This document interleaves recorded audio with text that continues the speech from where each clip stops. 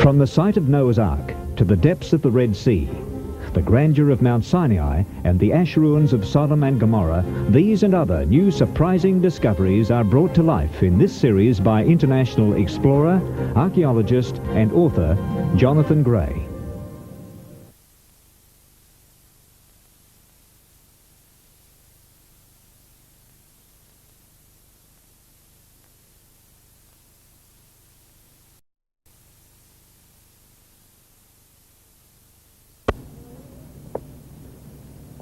Well, here we are at Saqqara, on the edge of the great desert west of the Nile. Saqqara is the oldest pyramid in Egypt, and it is quite a unique site. There's nothing like it in the whole country.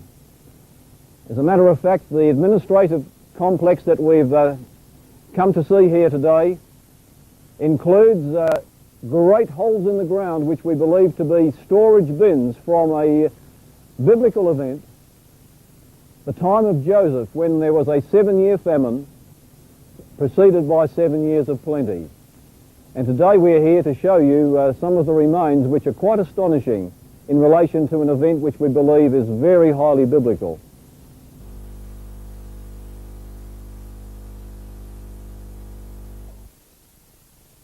We trudged over the scorched sand of the desert amid Egypt's oldest ruins.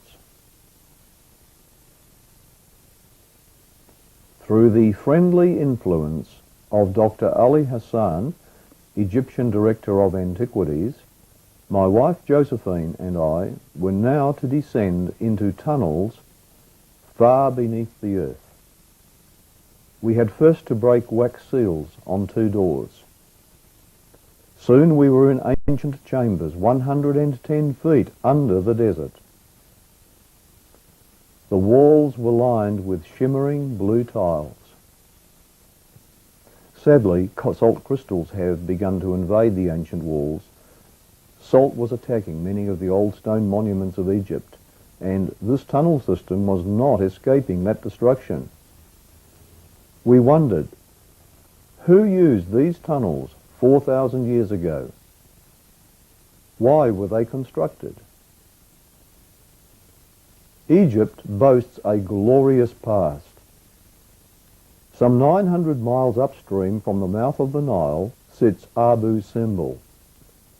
Perhaps nowhere else in Egypt, perhaps nowhere else in the world, is there anything like Abu Simbel. In the 13th century BC, on the banks of the Nile, Ramesses II commanded his architects to build 2 magnificent temples from adjacent pinkish sandstone cliffs. The work is said to have taken up to 15 years. An artist of the National Geographic Society tries to capture the event.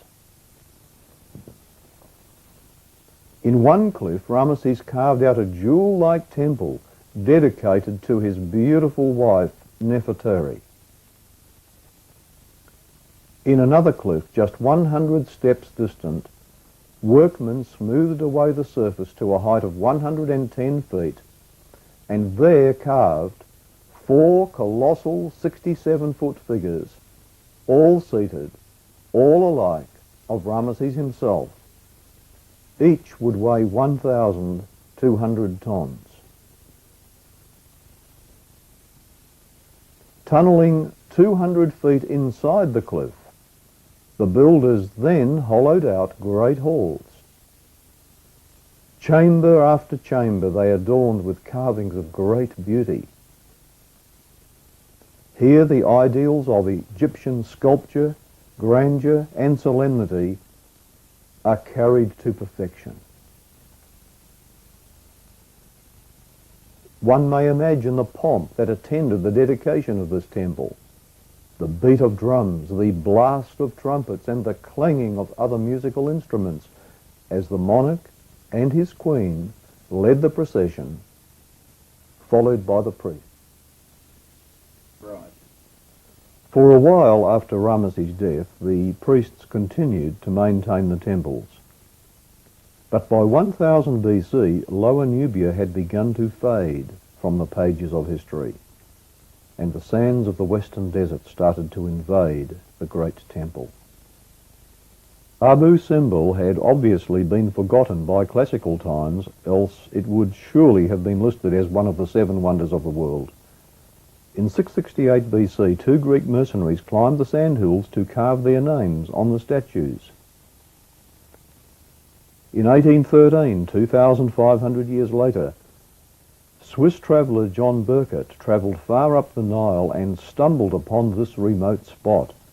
He gasped as he saw the tops of four immense statues poking out of the sand. In 1817, Giovanni Belzani, an Italian who disguised himself as an Arab, penetrated the sand barrier. He went in with torches.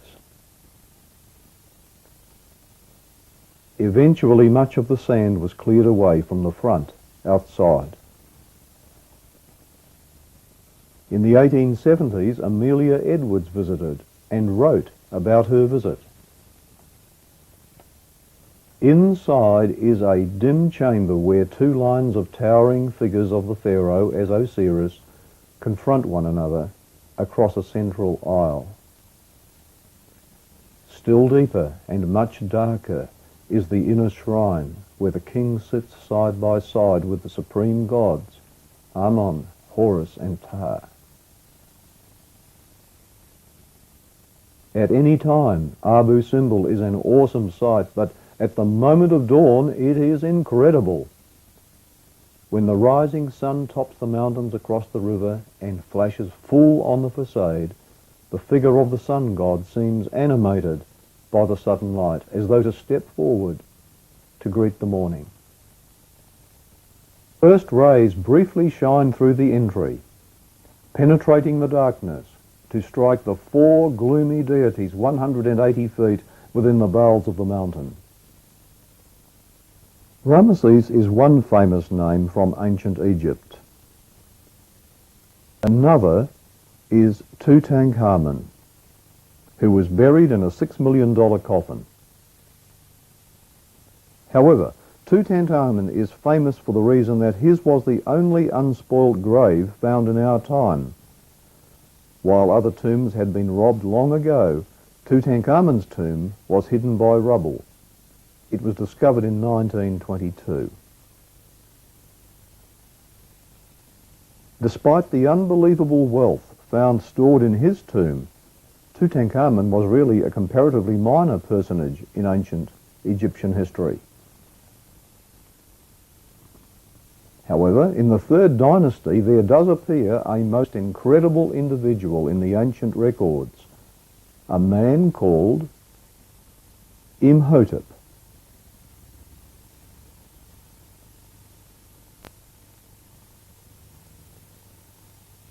Our archaeological team in Egypt has come face to face with many surprises. Among the most amazing of them all is this man, Imhotep.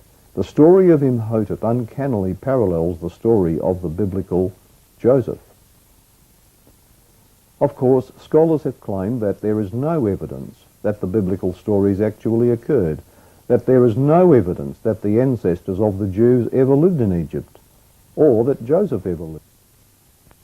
However, I shall share with you an astonishing story.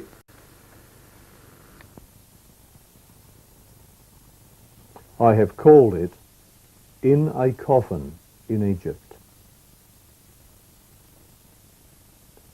For many years, Egyptologists had even doubted that Imhotep had been a real person.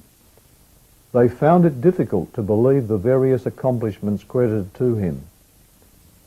Imhotep has been termed the Leonardo da Vinci of ancient Egypt, but he was more than that. Da Vinci gained the reputation of a genius.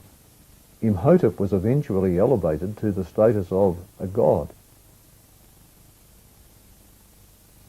The historian Manetho wrote that during his reign, that is, the reign of Zoser of the Third Dynasty, lived Imhotep, that is, Imhotep, who, because of his medical skill, has the reputation of Asclepius, the Greek god of medicine among the Egyptians, and who was also the inventor of the art of building with hewn stone. Now, it is this statement that caused specialists to doubt the existence of a real man named Imhotep. But in 1926, the question was settled once and for all. Imhotep was a real man. When excavations were carried out at the Step Pyramid of Saqqara, south of Cairo, fragments of a statue of Pharaoh Zoser were found. The base of the statue was inscribed with the names of Zoser and of Imhotep, Chancellor of the King of Lower Egypt, Chief under the King, Administrator of the Great Palace, Hereditary Lord, High Priest of Heliopolis, Imhotep the Builder, the Sculptor, the Maker of Stone Vases.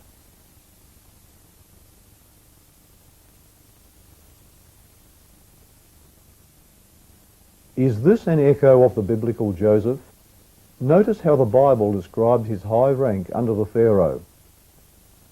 Thou shalt be over my house, and according to thy word shall all my people be ruled. Only in the throne will I be greater than thou.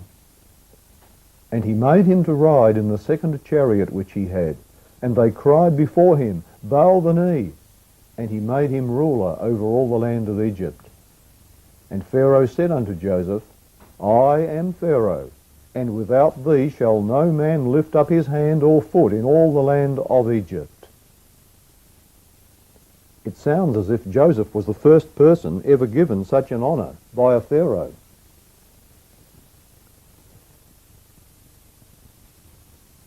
Anyway, who was this Joseph? Joseph is perhaps the best known to readers of the Bible epic as that young Hebrew lad whose father made for him a multicoloured coat. He was one of 12 brothers. The elder brothers had long hated Joseph because he was their father's favourite, you could say. To make it worse, Joseph told his brothers of some dreams he had had. Listen to this dream, said Joseph. We were binding sheaves of corn, and lo, my sheaf arose and stood upright, and behold, your sheaves stood around and bowed down to my sheaf. His brothers retorted, Shall you really reign over us? And they hated him more for his dreams and his words. And Joseph related yet another dream to them. Look, the sun and the moon, our dad and mum, and 11 stars, you, my brothers, bowed down to me. Now the time came when Jacob sent his son Joseph to visit his 10 elder brothers who were away tending their father's flocks. The brothers conspired to get rid of Joseph. They first tossed him into a dry pit, and later, however, took him out and sold him to some passing merchants who were en route to Egypt.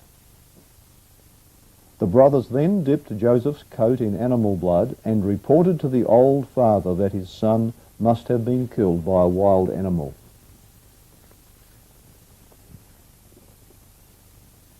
Meanwhile, Joseph was dragged to Egypt. In Egypt, Joseph was sold to a man named Potiphar, captain of the Pharaoh's guard. This man grew to admire Joseph. When, however, Joseph resisted the advances of Potiphar's wife, she accused him of a sexual attack, and Joseph ended up in prison. It was while in prison that Joseph shared time with a butler and a baker, both of whom had been in the service of the king. On the same night, both men had dreams, which Joseph interpreted, informing the butler that he would be restored to royal favour, but that the baker was to die. And this is what actually happened. Meanwhile, Joseph remained in prison, forgotten. It occurred that some time later, when the king himself had a dream which greatly troubled him, the butler remembered Joseph and told the Pharaoh. Joseph was summoned from the prison and brought into the king's presence, where he was asked to interpret the king's dream. Joseph informed the king that there were to come upon Egypt 7 years of prosperity, followed by a 7-year famine. Joseph gave credit to God for this information, and he suggested to the Pharaoh how to prepare for the famine. The Pharaoh was so impressed by Joseph's wisdom that he not only liberated this foreigner, but installed him in a position of influence. Joseph's main position was that of a prime minister, and Imhotep appears to be the first who could boast of such a broad range of authority in the ancient Egyptian records.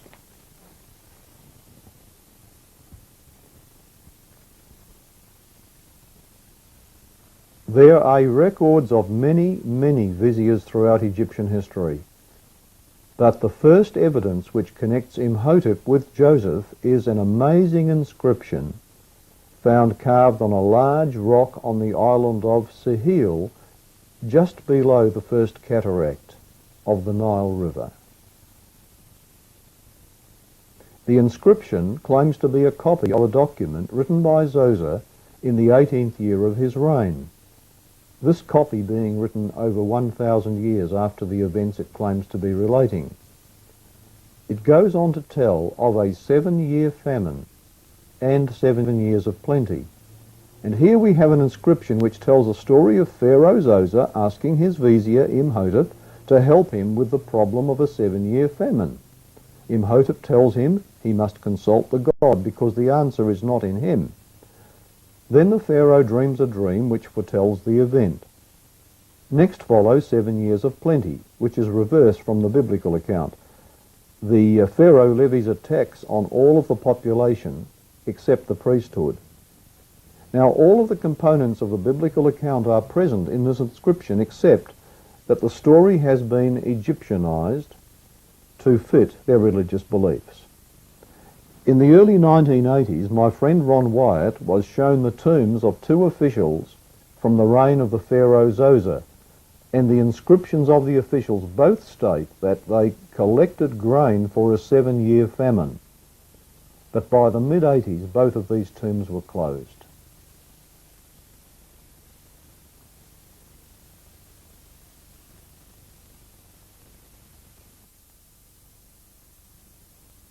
The name Imhotep in ancient Egyptian is translated to mean the voice or mouth of Im. However, there is no record of a god in Egypt called Im. But in the ancient scriptures is the God I am. And God said unto Moses, I am that I am. And he said, Thus shalt thou say unto the children of Israel, I am hath sent me unto you. And Jesus said unto them, Verily, verily, I say unto you, before Abraham was, I am. God told Moses, Tell the Pharaoh that I am has sent you. It appears that the I am was the name by which the Egyptians had known Joseph's God. Could Im have been I am? The name that the Bible says was given to Joseph by the Pharaoh, that's Zaphanath Paneah, has been translated by some to mean the God lives, the God speaks. Now, since we do not fully understand the meaning of the Egyptian Hotep, it's quite possible that the translation of Imhotep, the voice of I am, is identical to the biblical name of Joseph. The God lives, the God speaks.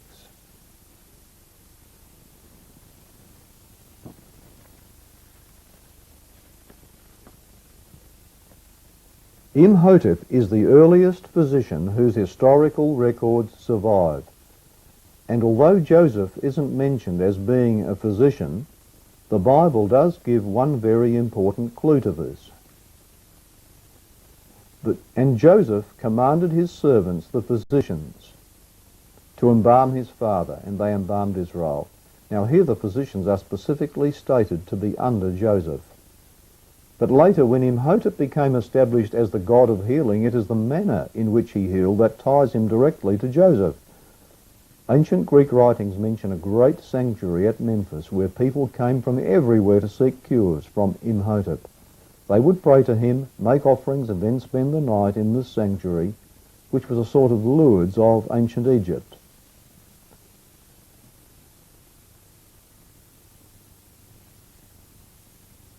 And while sleeping, the god Imhotep was said to come to people in their dreams and cure them. Is there a connection between Joseph and dreams?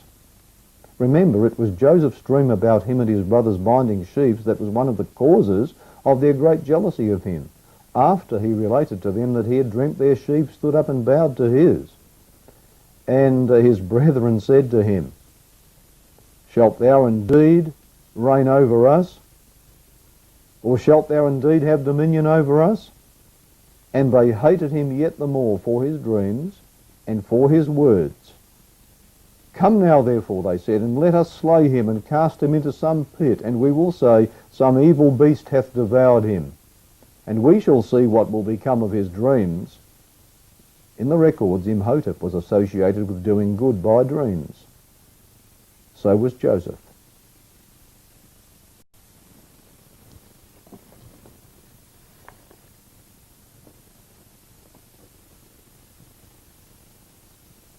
The biblical account also speaks of Joseph's wisdom. "And Pharaoh said unto Joseph, Forasmuch as God hath showed thee all this, there is none so discreet and wise as thou art." Again, the evidence points to Imhotep. Imhotep was also revered for his wisdom. In several inscriptions from which later times reference is made to the words of Imhotep. For example, in Song from the Tomb of King Intef, we read, "I have heard the words of Imhotep and Hardefa," and it goes on to explain that their sayings were recited in his day. Now I wonder, could it be that after Joseph's death, others copied his wise sayings and took credit for them, perhaps editing a bit of their own and changing things to suit them? As these sayings were passed down through several generations, instead of being attributed to Imhotep, they were attributed to Ptahhotep, the voice of the Egyptian creator, Ptah. These writings do show a link to Joseph.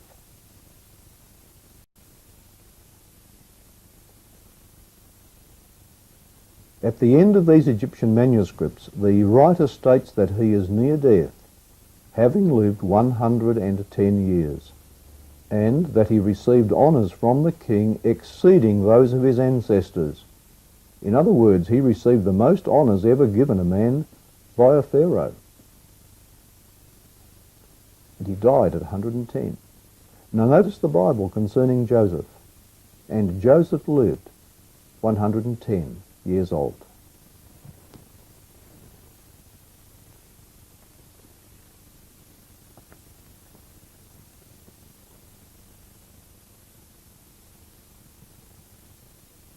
Standard practice was for the Pharaoh always to appoint men to office as soon as he took the throne, with family members being the highest ranked.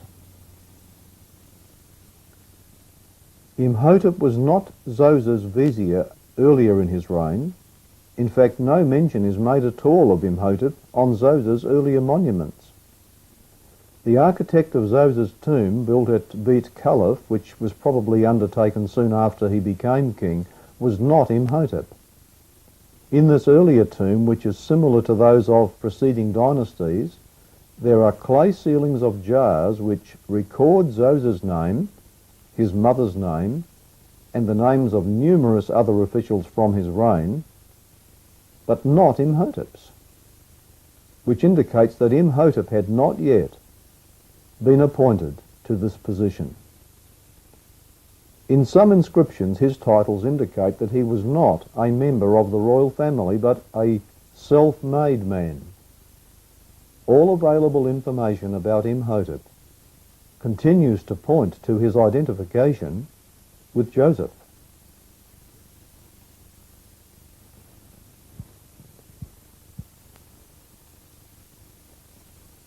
Imhotep was also priest of Heliopolis, the biblical On. Now, in the story of Joseph, we learn that his father-in-law was the priest of On at the time of Joseph's marriage. And Pharaoh called Joseph's name Zaphnath-Paneah, and he gave him to wife Asenath, the daughter of Potipharah, priest of On. The original reading of this text is not priest of On, but prince of On. Joseph married the daughter of the prince of On.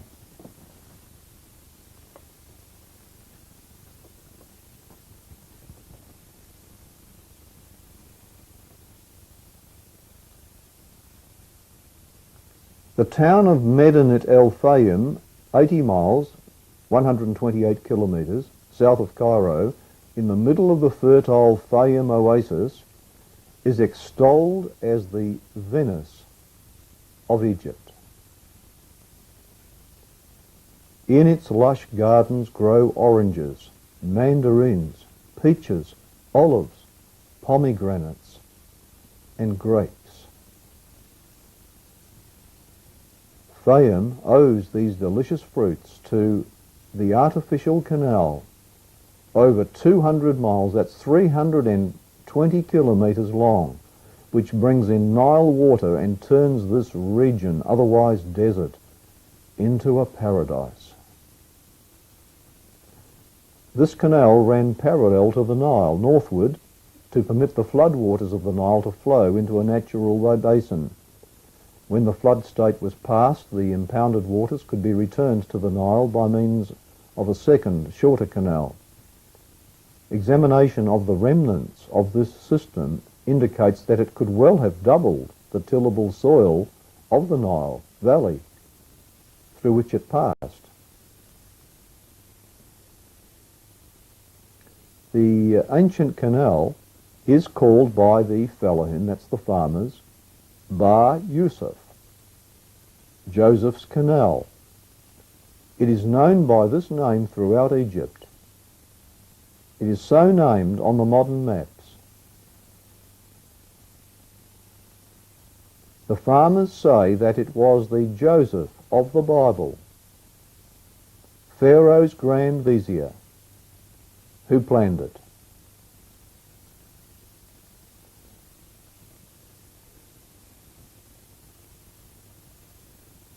During the 7 years of plenty, Egypt was able to prepare extra grain, which was harvested and placed in enormous grain pits, specially dug below the ground level.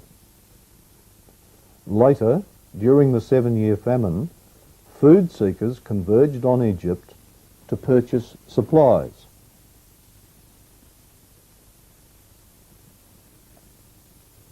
It was Imhotep who is credited with having designed the first pyramid and building in hewn stone instead of all mud brick.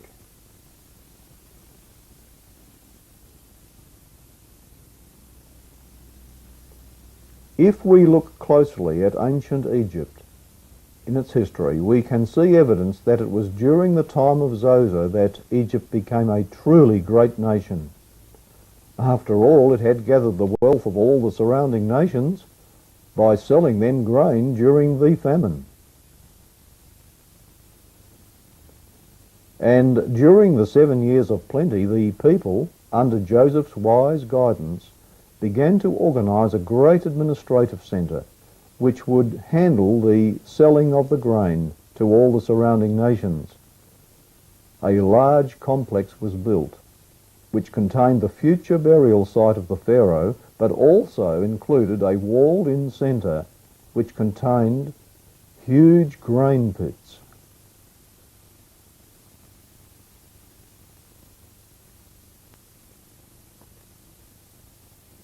The Saqqara complex was part of the sprawling metropolis of Memphis, the royal capital.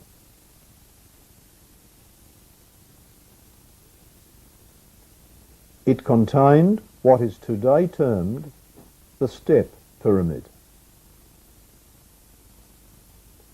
Surrounding the Step Pyramid and its complex is a very beautiful and elaborate wall. At the main entrance on the east wall, at the southern end, one enters a long hall of 40 columns, that's 20 on each side. Each column is shaped as a cob of corn, and the individual segments of golden-coloured corn can be seen. This hints at the purpose of the building.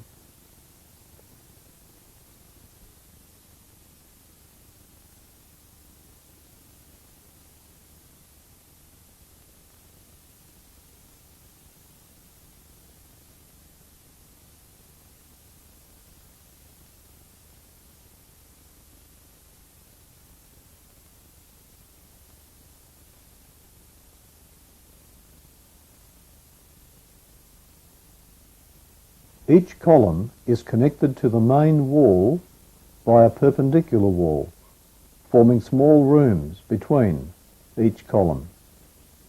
As you exit this colonnade and walk straight ahead, you come to a series of very large pits which extend deep into the earth. These are extremely large in size, much larger than any burial chambers. Walking past one of the pits, I asked a guide, "What do you think this is?" He replied, "Oh, that was a tomb to bury someone in." However, I shall tell you now that they are all centrally accessible by a connecting tunnel, and they extend to well above ground level also. And one has a staircase extending down to the bottom. For this reason, we know that they were not built as tombs. If they were, they would have been constructed underground, and they certainly would not have been so incredibly large. These massive structures extend to well above ground level, which indicates that they were not hidden, as were tombs. Because the ancient Egyptians buried their dead with so much valuable material and provisions for their afterlife, plundering of tombs was always their biggest fear. Therefore we know that these massive pits had another purpose. Also, in all the cities of other ancient civilizations, whenever large bins such as these were uncovered, they were recognized as storage bins. But in Egypt, the scholars tend to term everything they find a tomb. However, in the Pharaoh's burial complex under the pyramid, we find matching bins for the king's and his family's afterlife, and in these bins were found grain and other foodstuffs. In the biblical account, we learn that Joseph appointed men throughout the land of Egypt to oversee the gathering and storing of the grain in all the cities during the 7 years of plenty. Later, during the famine, he gave the orders for the distribution of the grain. And the famine was over all the face of the earth, and Joseph opened all the storehouses and sold unto the Egyptians. But when foreigners came to purchase grain, they went to Joseph, the governor. When Joseph's brothers came to Egypt to buy grain, they would eventually find themselves bowing to Joseph. We believe it is Saqqara to which they came, where the remains of this fantastic complex are preserved, and it was here that Pharaoh Zoser had 11 extremely large pits constructed, which can only be grain storage bins. Every city had stored grain from its region, but at this complex at Saqqara we have these massive pits which would have stored an incredible amount of grain, more than a single city would ever have needed. And at the entrance to the complex, as we described earlier, there are 40 small cubicles, each just the right size to hold a single person who could administer the receipt of payment from people coming to purchase the grain.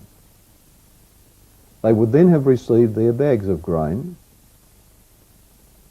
The design of the pits is impressive. There are 11 of them, with only one containing a very elaborate stairway extending all the way to the bottom. All the pits are connected to each other by a subterranean tunnel. The pits were filled and the tops were sealed with wooden timbers and stone, and all of the grain could be accessed from one entrance. And there is one entrance into the pits from outside the wall enclosure of the complex. And did you know grain was found in the floor of these pits?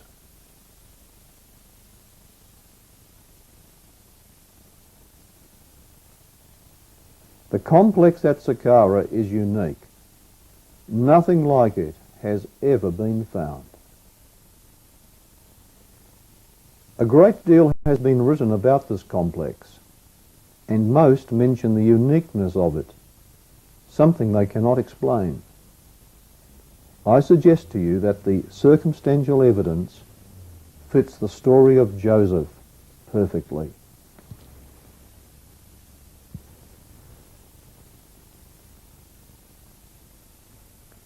We know from the biblical account that Joseph died in Egypt and was embalmed and placed in a coffin. It says, "So Joseph died, being 110 years old, and they embalmed him, and he was put in a coffin in Egypt." In a coffin in Egypt. But when the children of Israel left Egypt some 2 centuries later, at the time of the Exodus, Joseph's bones were taken with them.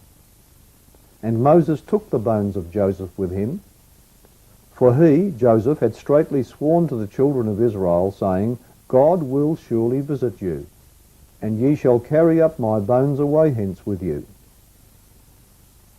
One of the big mysteries for Egyptologists has been the tomb of Imhotep. They simply cannot find it, although they know it should be somewhere in Saqqara. In the guidebook to Saqqara by Jill Camel, the tomb of Imhotep is listed as a subject heading, only to explain that it has not been found. Now, suppose that Imhotep was Joseph, and if Joseph's body was taken away, could it be that his tomb was possibly taken over and used by someone else? And would this not wipe out the original identity of the tomb from being that of Imhotep? Yep. Ancient Greek texts spoke of a place near Memphis where people came to worship Imhotep and be healed. Excavators at Saqqara, working very near the Step Pyramid, have found an incredible labyrinth of underground tunnels. These were full of mummified ibis and bulls. Over the centuries, great waves of sand had swept in from the Sahara Desert and completely covered the area, until in 1850 French archaeologist Mariette discovered the place where the sacred bulls were buried. The wind blowing over the shifting sand had exposed a small opening. The bulls were in coffins of solid granite, polished as smooth as glass. Their average weight is 150 tons. The Egyptians, of course, were pagans who worshipped many different animals as gods. Inscriptions and coins found here show that people came here to be healed. What had just been found then was the famous sanctuary to Imhotep, written by the Greeks. After the deification of Imhotep by the Egyptians as god of medicine, he was given the title Chief One of the Ibis. And this was the connection of this labyrinth with Imhotep. The hundreds of thousands of ibis that were mummified and brought here were a tribute to none other than Imhotep, filling these tunnels.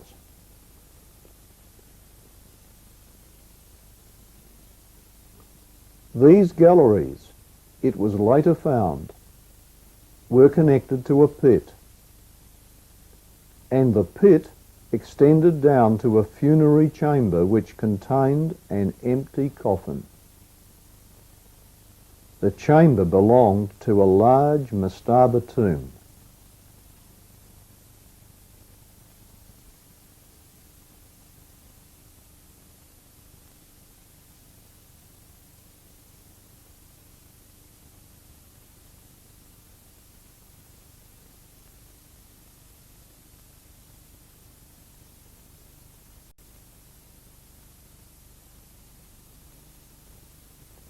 And in the tomb's storerooms were jars whose clay stoppers had the seal impression of Pharaoh Zoser.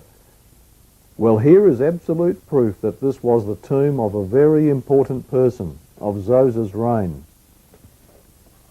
No inscriptions were found on the walls and the sarcophagus was empty.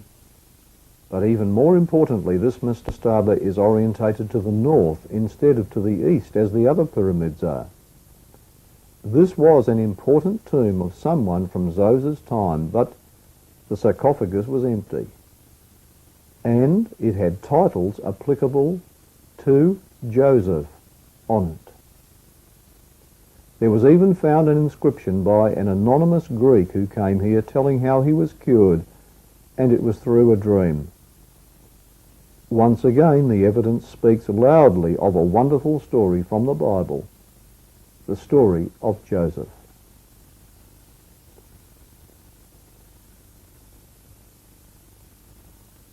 The Pyramid of Tito, first king of Dynasty 6, is called by the local populace the prison pyramid. Local tradition says that it was built near the ruins of the prison where Joseph was confined. The pyramid is located near Saqqara, in a likely area for such imprisonment.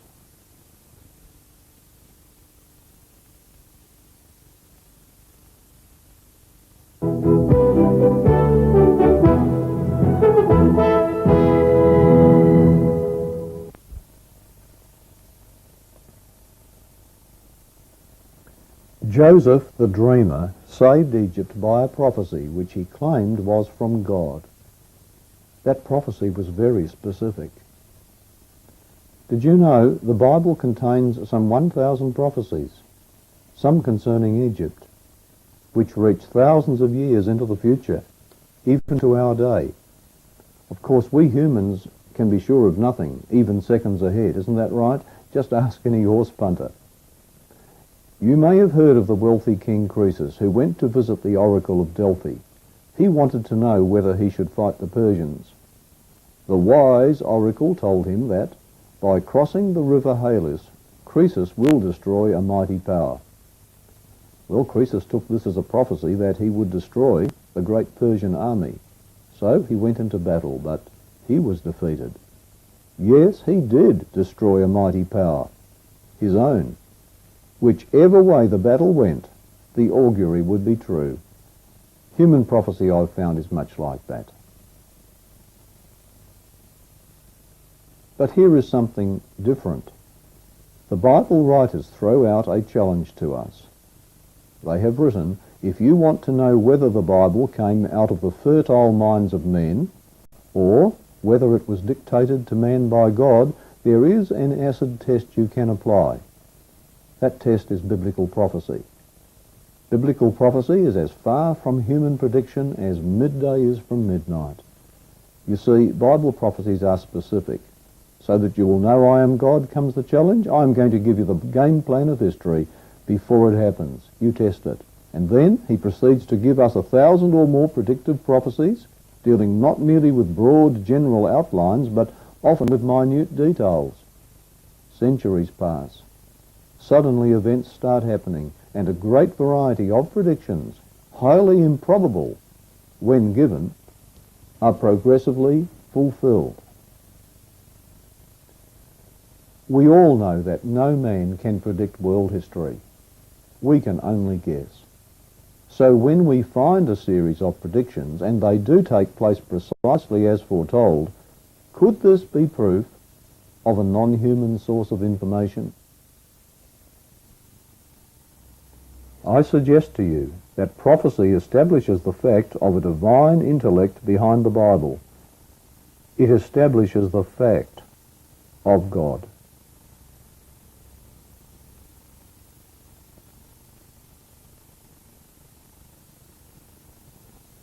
Joseph and other biblical prophets received messages through dreams or visions. Here is one such prophecy concerning the city of Memphis, capital of Lower Egypt. North, that's Memphis, shall be waste and desolate without an inhabitant. Memphis was a sprawling city of temples, palaces and pyramids. It stretched for 25 miles, that's 40 kilometres, from Abu Roash in the north to Dasha in the south. But today, and this is all that remains of Memphis, eldest of cities, a few rubbish heaps, a dozen or so of broken statues, and a name. Where are the stately ruins that even in the Middle Ages extended over a space estimated at half a day's journey in every direction? One can hardly believe that a great city ever flourished on this spot, or understand how it should have been effaced so utterly.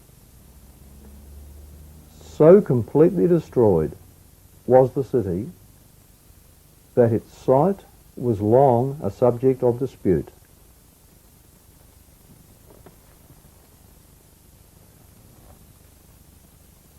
Thus saith the Lord God, I will also destroy the idols, and I will cause their images to cease out of Noph, Memphis.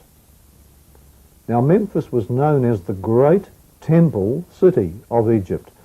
A more unlikely fate could hardly be imagined than the destruction of the idols and images of Memphis. Because, firstly, the climate of Egypt, where it never rains, keeps in a state of perfect preservation for thousands of years whatever is buried in its soil. Secondly, in other cities of Egypt, whether in ruins or now flourishing, idols and images are found in superabundance. For example, in Thebes, former capital of Egypt, though already in ruins while Memphis was still in splendour, has idols in abundance. And in other Egyptian cities equally old, time has not destroyed the images and idols. Yes, idols are still found elsewhere, but the prophecy said, not in Memphis. 1800 years after this prophecy, the idols of Memphis were still there. A few years ago, in one of the great desert mounds, the heart of Memphis was rediscovered, and the archaeologists were amazed at something. There was one thing missing from this centre of idolatry and idol worship. There were no more images, no more idols. One archaeologist wrote, "What has happened to them we do not know. What strange circumstance could have taken them away?"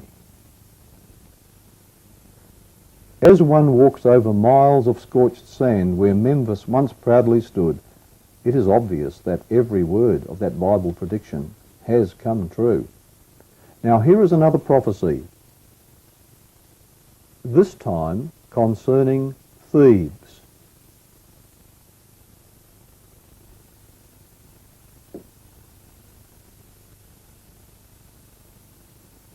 No, that's Thebes, shall be rent asunder, said the prophecy.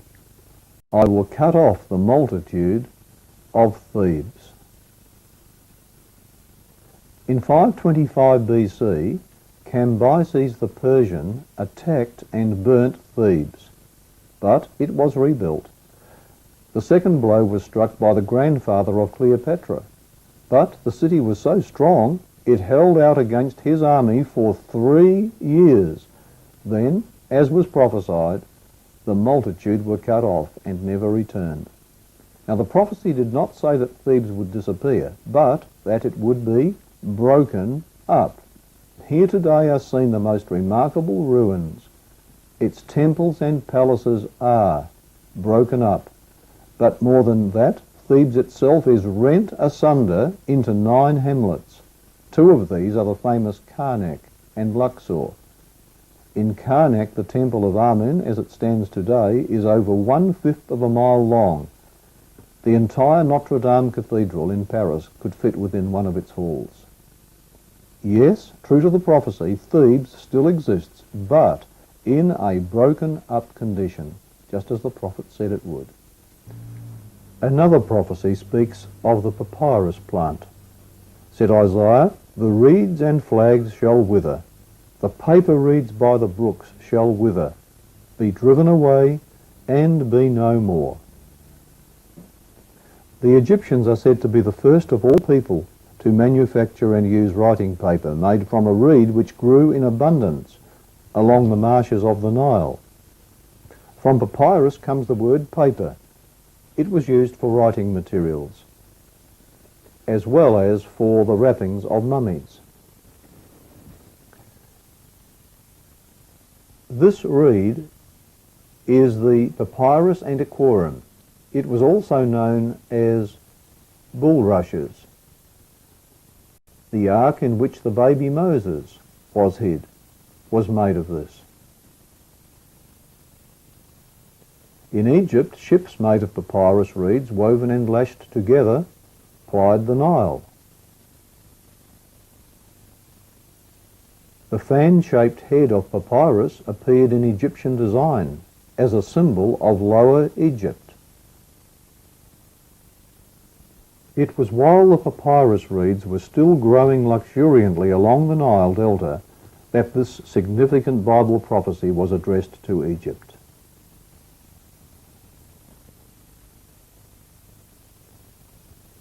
True to this prediction, the plant has long since entirely disappeared from its former haunts in Egypt, although it still grows in Sicily, near Haifa in Israel, and in certain parts of interior Africa, the closest to Lower Egypt being as far as 600 miles upstream. I will take the inner. This green leaves, it is used ancient time to make sandals, shoes, and make a basket. But the most important, the inner, what we use to make paper. We put it in the water here 6 days because it has 20% sugar. 10% only out in these 6 days, and each 5 hours we change the water. After 6 days, what a bit like that, and we hammer it like that here.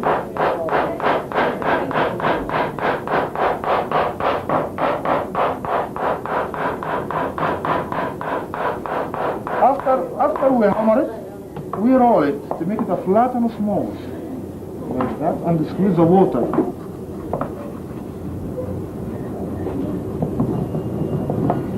After we hammer it and roll it, come flat and smooth like this.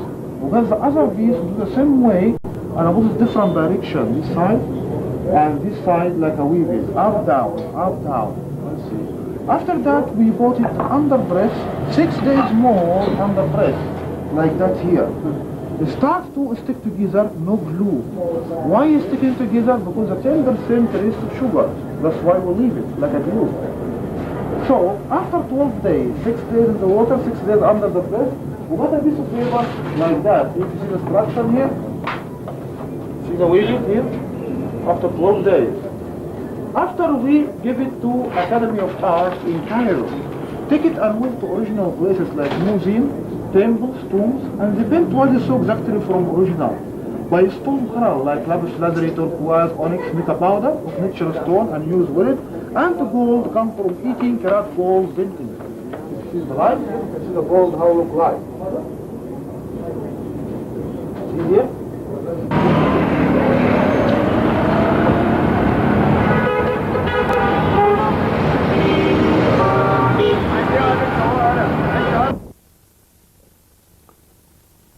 I should mention that a clump of papyrus has been planted in a plot in front of the Cairo Museum.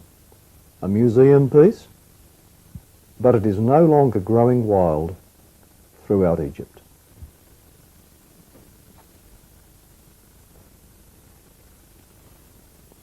And there shall be no more a prince of the land of Egypt.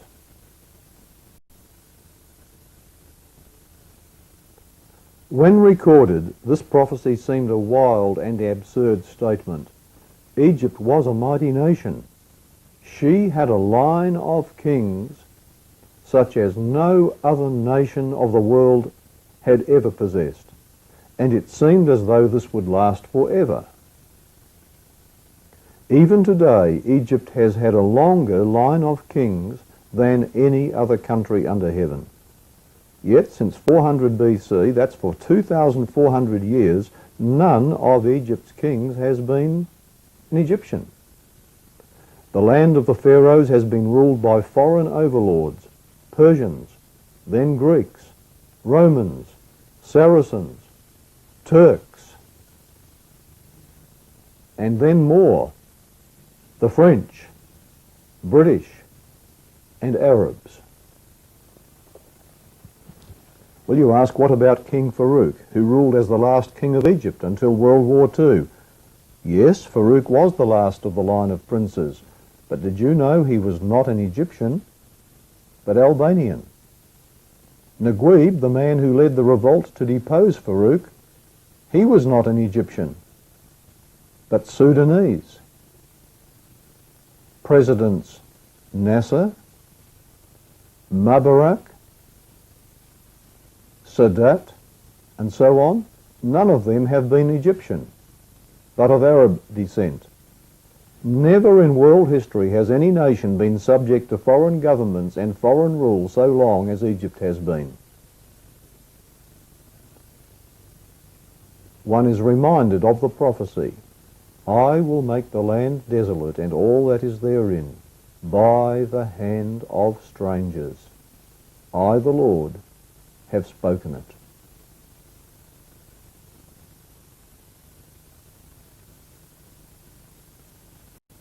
I tell you, Bible prophecy is very accurate. Today, Egypt, although the most heavily populated nation in the Middle East, is populated mainly by Arabs, not Egyptians.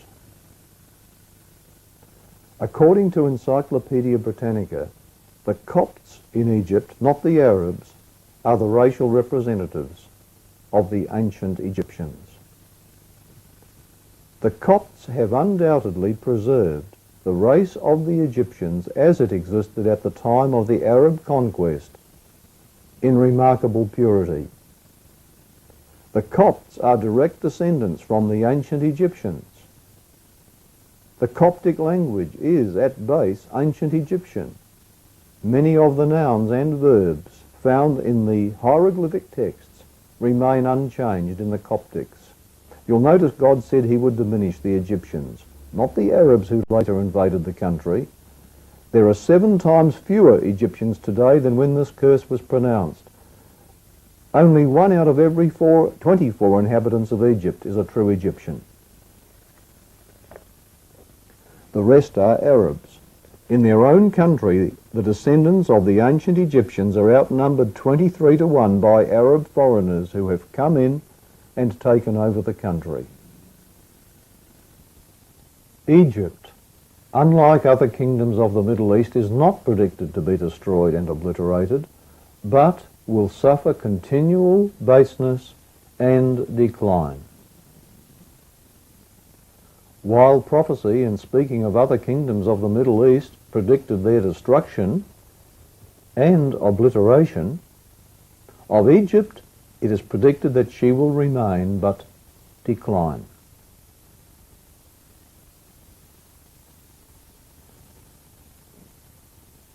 They shall no more rule over the nations.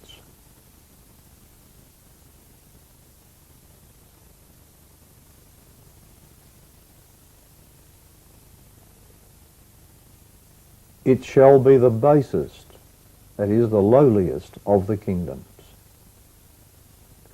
Now, when this prophecy was made, about 600 BC, the people of that day knew Egypt as the granary of the world, eminent in science, in the arts, in luxury and magnificence, the leader of civilization. When all other men would have predicted unending prosperity, the biblical prophets Isaiah and Ezekiel foretold the opposite. Rome became powerful and conquered the world, including Egypt, and Rome was in turn conquered by barbarian tribes from the north. During this time, Egypt was still powerful. This prophecy could not have been the result of human foresight. Alexandria in Egypt for 600 years continued as the chief city in the Roman Empire in rank, commerce and prosperity. 100 years later, Egypt was still so powerful that the Mohammedan hordes, though arrogant with unchecked victory, hesitated to attack Egypt. Finally, in the 7th century, they decided to attack. It took them 14 months and the lives of 23,000 men to capture Alexandria alone, and then its fall was only due to treachery. They destroyed the famous Alexandrian library, which was a world calamity. This library supplied the Arabs with fuel for 6 months. They used the books as a fuel supply to heat the city's 400 public baths for 6 months. The prophecy said Egypt would become a base kingdom. Today, most of the Copts, that is the Egyptians, are low, subservient people, scribes and handcraftsmen, and in those capacities they serve the Arabs. Furthermore, Egypt as a whole has been brought down to a very low level compared to its former glory. Babylon was destroyed, Chaldea was destroyed, Assyria was destroyed, but not Egypt. Egypt was predicted to survive, but as a base nation. The filth and degradation of present-day Egypt's peoples is well known. Up to 70% can neither read nor write and are poverty-stricken. A national magazine has noted that the people of Egypt have the lowest standard of living of any nation on earth today.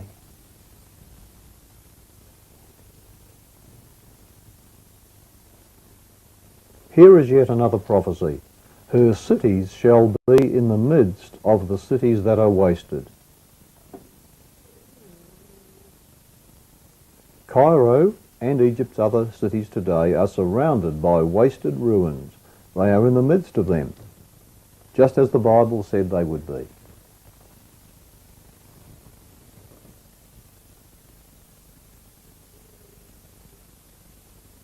Yet another prophecy.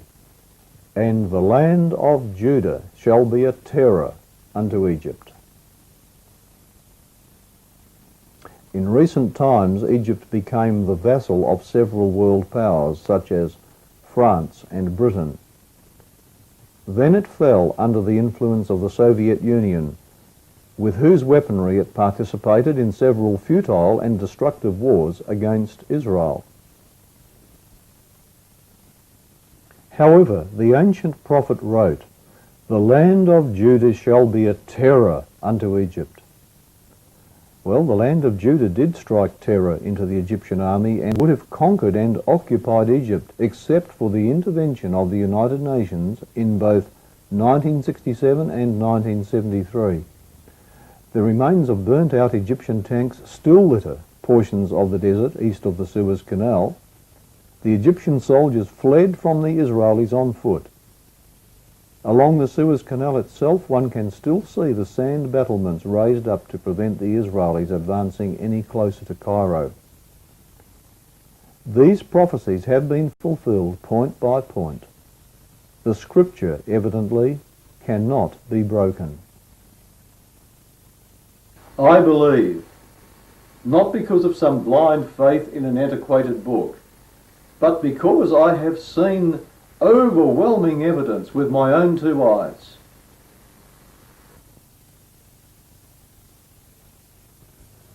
The biblical prophet Isaiah continues his prophecy. In that day there shall be an altar to the Lord in the midst of the land of Egypt. What is an altar? Sometimes an altar is a place of sacrifice, but an altar can also be just simply a monument. Notice this passage. Therefore we said, let us now prepare to build us an altar, not for burnt offering, nor for sacrifice, but that it may be a witness between us and you. But it is a witness between us and you. So you see, an altar can be a monument of some type. Today there is a stepped pyramid at Saqqara. This is the remains of a very impressive complex built by the order of Zoser, a pharaoh of the 3rd dynasty of Egypt. It was designed and built under the supervision of Imhotep. The steps were constructed of stone, which were then filled in with mud brick. Then the entire outer surface of the pyramid was finished off with a wind and waterproof layer of polished limestone, giving it the familiar pyramid shape, instead of its present stepped shape. But when the Muslims came, they continued a practice for which they were well known. They stripped this pyramid of its outer covering of smooth limestone and used it in building their mosques and other buildings, leaving the mud brick filler exposed.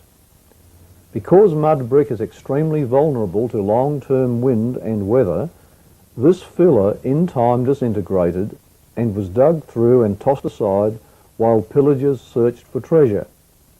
none was found, and the remains of these mud bricks were hauled away in the 19th and 20th centuries when this area was excavated. There are historical references to farmers hauling these mud bricks away for use as fertiliser. This left the stepped appearance that we now see, the shape of an altar, similar to the ziggurats of Mesopotamia, except without steps. Joseph was obviously very close to God and acted under divine influence when he constructed this monument. Zoser may have ordered its construction to honour himself, but regardless of his motivation, in God's time it became evident as the monument it was, an altar to the Lord in the midst of the land of Egypt, marking the location of the grain storage bins in the land in which God provided a safe haven for Israel to grow and develop into a great nation.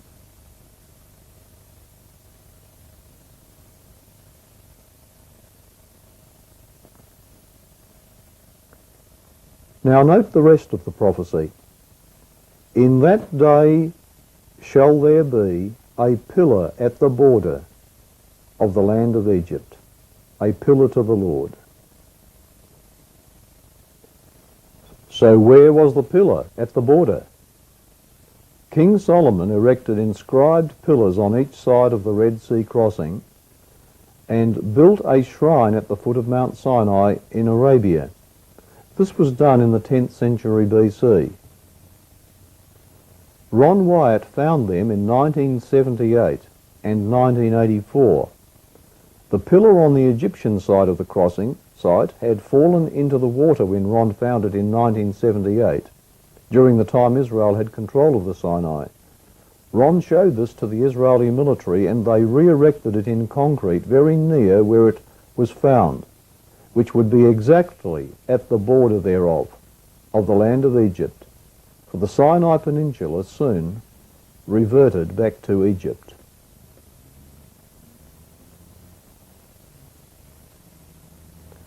The past, the present, the future. God knows it all. He gave Joseph information that once saved Egypt. But Egypt turned its back on God and went down. God knew that too, long before it happened. The same Creator knows the details of your life. He knows in advance all about you. That's how He knows what is best for you. He knows the solution to your problem. Why don't you give Him a chance to lead you? You can trust Him with confidence.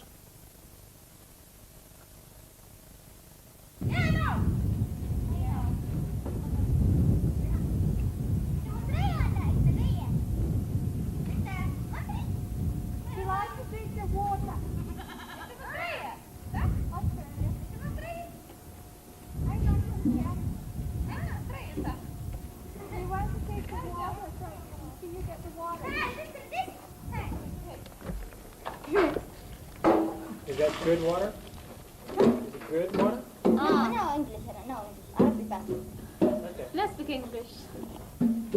اليوم اختار نحن العام تشعب بك فقرنا تبقيت كمان خير تبارك هكي خوف انه يبص حطي Yeah. Breaking through this opening here, this guy.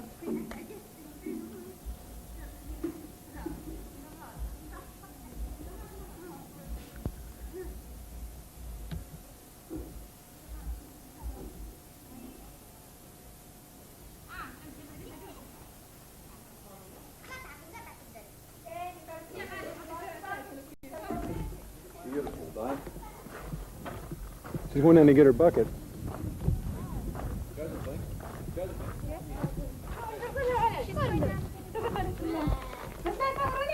It's funny. ولا صور. Finger football. That's not so dangerous. لا بدي أكف عليك كمي.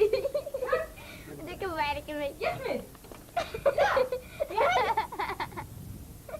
وين بدك تكف؟ أما. يا أحمد. لا لا.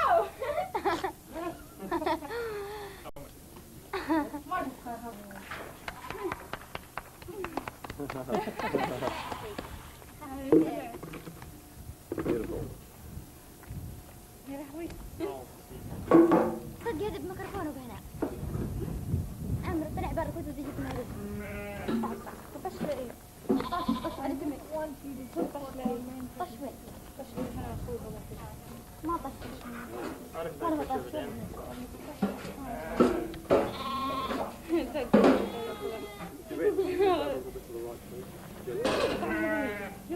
سيارة بخاري سيارة. وسليمان بالليل. والله. استكرم تستوين.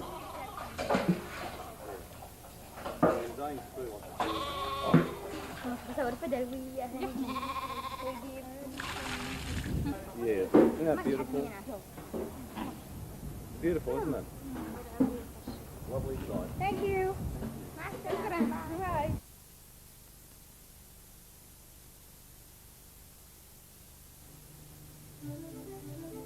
Friends, due to the exploding interest worldwide in these and other discoveries by our teams, we have prepared materials that can be shared with your friends and your neighbours. The book Dead Men's Secrets is the result of up to 12 years' research in over 30 countries. Surprising discoveries in lost cities of the dead. Seafloor, jungle and desert sands give up 1,000 forgotten secrets. Technology that vanished. What wiped it out? Did the ancients know too much? Who mapped Australia thousands of years before Australia was discovered? The Ark Conspiracy. Cover-ups, betrayals and miracles. This is the cloak and dagger story behind the discovery of Noah's Ark in the mountains of Turkey. The attempts to suppress the news, why some people reject the discovery, and the solid evidence that this may very well be the real thing. A true life thriller, archaeology at its most exciting. Sting of the scorpion, astrology exposed, the truth behind star names and signs. Ancient civilizations believed that a serpent, which represented the devil, took control of the world. They believed that a virgin's baby would fight the serpent, defeat him, and bring peace, life and happiness back to mankind. The pictures on the sky map were used to describe that story, and not to tell people's fortunes through the stars. The names of the stars, as well as the star sign pictures, told that story. Curse of the Hatana Gods. This one is a stunning real-life adventure. One of the most isolated islands on Earth is Rotuma, ancient home to a race of giants. But Rotuma shielded a sinister secret for which there was no scientific explanation. They called it the Curse of Hatana.